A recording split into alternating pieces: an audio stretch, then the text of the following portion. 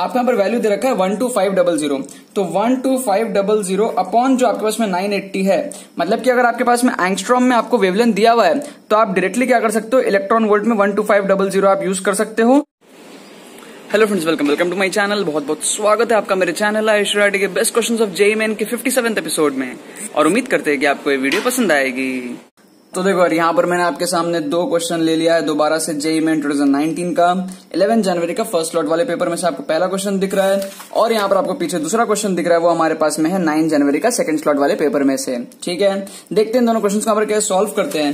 यहाँ पर जो पहला क्वेश्चन है वो कह रहा है हाइड्रोजन आटम, एक हाइड्रोजन आटम है आपके पास में, कह रहा है initially in the ground state. ठीक है, पहले क्या आपके पास में ग्राउंड स्टेट में n = 1 पे है, बोल रहा है is excited by absorbing a photon of wavelength 980 angstrom. तो 980 एंगस्ट्रॉम का आपके पास में क्या है, वेवलेंथ है, फोटोन वो क्या हुआ है, एब्सॉर्ब किया है, उसके वजह से क्या हुआ, वो एक्साइट हो गया। तो n = 1 से एक्साइट होकर मान लो 2 में चला गया, 3 में चला गया, 4 में चला गया, हमको यहाँ पर पता करना है। आपको बोल रहा है radius of the atom in the excited state, जो एक्साइटेड स्टेट में आप वो जो पहुंच गया है वहां पर जो रेडियस ऑफ द एटम है वो कितनी है in terms of the boards radius A0। ठीक है, बोर्ड्स रेडियस के टर्म्स में वो कितनी है, मतलब बोर्ड्स रेडियस के टर्म्स में बेसिकली होता क्या है कि हमारे पास जो रेडियस होता है वो निकल के आता है हमारे पास में directly proportional to n² times A0।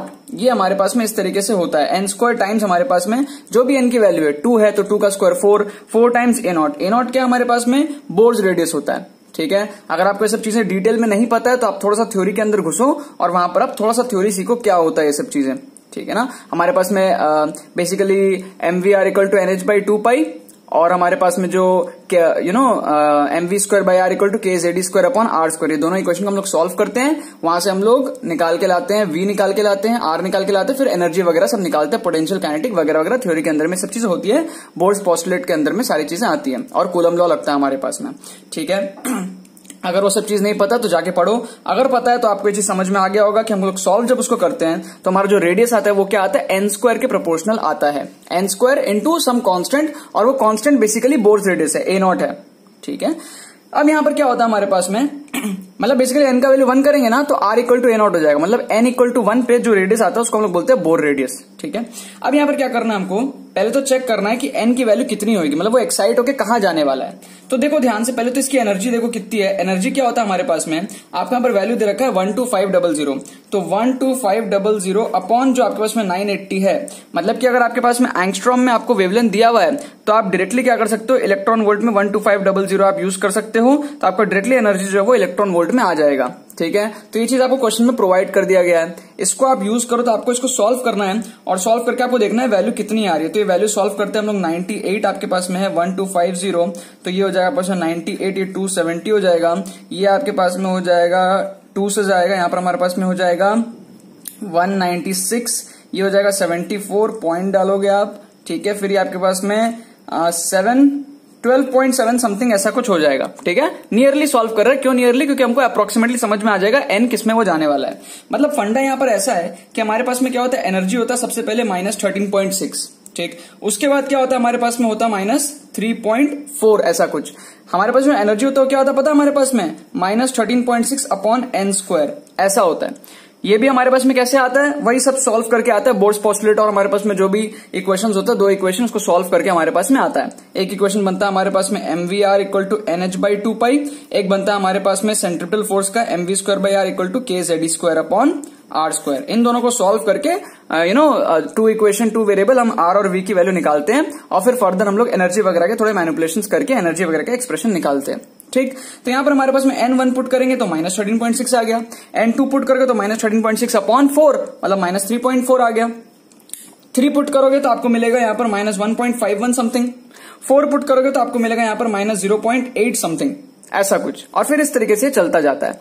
अब यहाँ पर फंडा ये है कि अगर आपके पास में पहले यहां पर था, फिर एक्साइट होके कहीं पर पहुंचा है, तो जो डिफरेंस ऑफ एनर्जी होगी वो क्या होगी, उस फोटोन के बराबर होगी, क्योंकि वो फोटोन के एनर्जी को एब्जॉर्ब करते ही तो एक्साइट हुआ है ना। समझ में आ रहा है, कंजर्वेशन ऑफ एनर्जी तो होगा, तो जो एनर्जी फोटोन की वजह से एब्जॉर्ब हुआ है वही एनर्जी का घपला यहां पर आएगा, जो डिफरेंस आएगा वो उसी एनर्जी का आएगा। तो सिंपल सा बात है, हमारे पास में जो यहां पर 12.7 आया है, इसका मतलब क्या है, ये यहां पर पहुंचा है, n = 4 पे पहुंचा है। क्यों? क्योंकि n = 1 और n = 4 के बीच का जो हमारे पास में एनर्जी का गैप है वो क्या है, 12.7 के अप्रॉक्स इक्वल है। कैसे? ये 13.6 और ये 0.8 सब्ट्रैक्ट करो तो क्या आएगा? यही आएगा ना 12 पॉइंट समथिंग, ठीक है ना। तो ये हमारे पास में क्या होगा 12 पॉइंट समथिंग ये है, तो इससे पता चल रहा है हमको कि ये n = 4 पे पहुंचा है। अभी अगर n = 4 पे पहुंच गया तो हमको पता है कि जो हमारा जो r है वो क्या है, n² टाइम्स a0 है। तो n = 4 पुट करके तो आपको मिलेगा r 16 टाइम्स a0, ठीक है। तो आपका करेक्ट आंसर क्या होगा यहाँ पर 16 a0 हो जाएगा, ठीक है। नेक्स्ट यहाँ पर क्या बोल रहा है, यहाँ पर आपको बोल रहा है सिंपल सा क्वेश्चन है, बोल रहा है द पोजीशन कोऑर्डिनेट्स आपके पास में है of a particle moving in the 3D coordinate system is given by x = a cos ωt, y = a sin ωt and z = a ωt। आपको क्या बोल रहा है, आपको यहाँ पर निकालना है speed of the particle. Speed of the particle यहाँ पर क्या होने वाला है, तो सिंपल सा चीज है, आप यहाँ पर क्या कर सकते हो, इंडिविजुअल कंपोनेंट्स की आप वेलोसिटी निकाल सकते हो, मतलब x में आप निकाल सकते हो, y में निकाल सकते हो, आप z में निकाल सकते हो। तो इसको जो आप डिफरेंशिएट करोगे तो आपको vx मिल जाएगा, वो कितना मिल जाएगा आपको, वो मिलेगा आपको a ओमेगा, ठीक है, a omega sin ωt, cos का कर दिया sin ωt और फिर चेन रूल से अंदर में क्या किया, ωt का डेरिवेटिव ओमेगा बाहर आ गया और a हमारे पास में कांस्टेंट है। फिर vy क्या हो जाएगा, इसको डिफरेंशिएट कर दो आप लोग dy/dt, तो आपको क्या मिल जाएगा, a ओमेगा cos ωt मिल जाएगा, है ना, साइन का डेरिवेटिव कॉस होता है और बाकी ओमेगा हमारे पास में चेन रूल से बाहर आ गया। यहाँ पर हमारे पास में क्या है, इसको डिफरेंशिएट करेंगे तो vz क्या मिलेगा, ये सिंपल सा हमको क्या मिलेगा, a ओमेगा मिलेगा। अब हमको निकालना है v, तो v बेसिकली क्या है, resultant, vector resultant √vx² plus vy² plus vz²। तो ये क्या हो जाएगा हमारे पास में √ इसका स्क्वायर, मतलब कि इसका स्क्वायर करोगे तो क्या मिल जाएगा, आपको मिलेगा a² ω² और हमारे पास में आएगा sin² ωt प्लस आप इसका स्क्वायर करोगे क्या मिलेगा आपको, a² ω² plus into cos² ωt और यहाँ पर आपको क्या मिलेगा, a² ω²। अब आप क्या करो, इसको आप कॉमन ले लो यहाँ पर, तो a² ω² आ गया, sin² प्लस cos² कितना होता है, 1 होता है, प्लस a² ω² आ गया, तो फाइनली क्या आ जाएगा हमारे पास में, √2 टाइम्स a ओमेगा आ जाएगा। तो आंसर क्या हुआ करेक्ट हमारे पास में, √2 a ओमेगा। एक बार दोबारा से हम रिपीट करते हैं दोनों क्वेश्चंस को।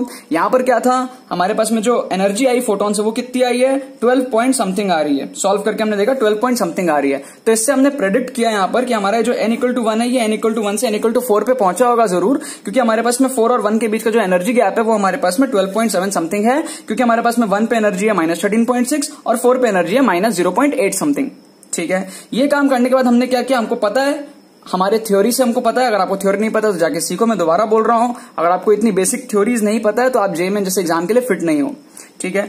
अगर आपको ये चीज पता है r directly proportional to n² a0 है, तो सिंपल आपको n की जगह, क्योंकि आपको बोल रहा है कि एक्साइटेड स्टेट, ये आपका एक्साइटेड स्टेट है, ये आपका ग्राउंड स्टेट था, तो वहां पर क्या हो जाएगा 4² इंटू a0 आपके पास में हो जाएगा 16 टाइम्स a0 के बराबर, तो करेक्ट आंसर आपके पास में 16 a0 आ जाएगा। और यहां पर हमारे पास में क्या था, सिंपल सा बेसिक सा क्वेश्चन था, हमने इंडिविजुअल कॉम्पोनेंट्स ऑफ वेलोसिटीज निकाली और फिर तीनों के लिए हमने क्या किया, वेक्टर रिजल्टेंट किया, √x component square plus y component square plus z component square, और फिर हमने क्या किया, यहाँ पर a² ω² को कॉमन लेके sin² प्लस cos² को 1 लिखा और फिर सॉल्व करके √2 a ओमेगा हमारे पास में आ गया, ठीक है ना। बाकी तो बस यही बात है। आई होप आपको वीडियो पसंद होगी, आपने कुछ सीखा होगा। अगर आपने कुछ सीखा वीडियो को लाइक करना मत भूलना और शेयर करना मत भूलना अपने बाकी फ्रेंड्स के साथ, ताकि वो भी इस प्लेटफॉर्म का मजा उठा सके। बाकी तो बहुत बहुत धन्यवाद वीडियो देखने के लिए, बने रहिए।